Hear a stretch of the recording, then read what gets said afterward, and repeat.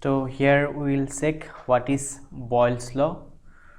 So according to Boyle's law, the volume of a given mass of a gas is inversely proportional to the pressure at constant temperature. What is this? Simple. Suppose this is a container and this is a piston, okay, and this is a piston. Suppose initially the volume was B1 and here we applied the pressure P1. Okay, if we are increasing the pressure, then definitely this piston will come down. Okay, suppose when the piston reaches this position, then the pressure is P2 and the volumes becomes B2. Okay, so what we can see, as we are applying the pressure, then volume is decreasing. Okay, so simply what can we say? Volume is inversely proportional to the pressure. So mathematically what can we represent? We can represent PV is equal to constant. PV is equal to what? Constant. Yes.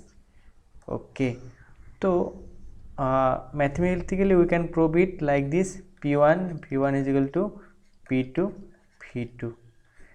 Okay, so this is all about Boyle's law. So we will check some important graph related to this Boyle's law. First of all, we will check a graph between 1 by P and volume. See, if we take this as a one quantity, then volume is directly proportional to 1 by P, and if when it is directly proportional, the graph become like this. Okay, so this is the graph between volume and inverse of pressures. And if now we'll check another graph, it is in between volume and pressure.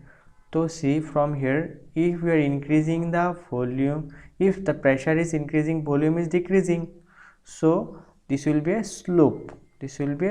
Suppose this was at constant temperature T1, suppose this is at temperature T2 and this is at temperature T3. Okay, like this. So this will be like a slope.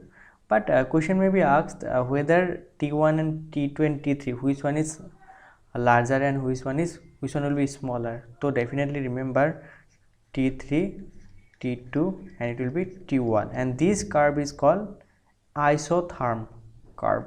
Isotherm, because here temperature is constant at all points. If you check at point, and where all the temperature is same, okay, that is T1, and in this case all the temperature is T2. Okay, so if we check another graph in between, suppose P and PB, so definitely it will be a constant curve. So this will be like this. Okay, and if we check a graph between, suppose log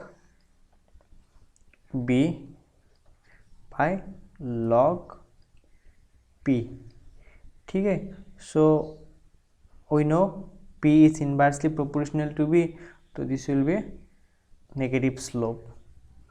Okay, and last one, if we saw a graph between log 1 by B by log P, so we will get a graph like this.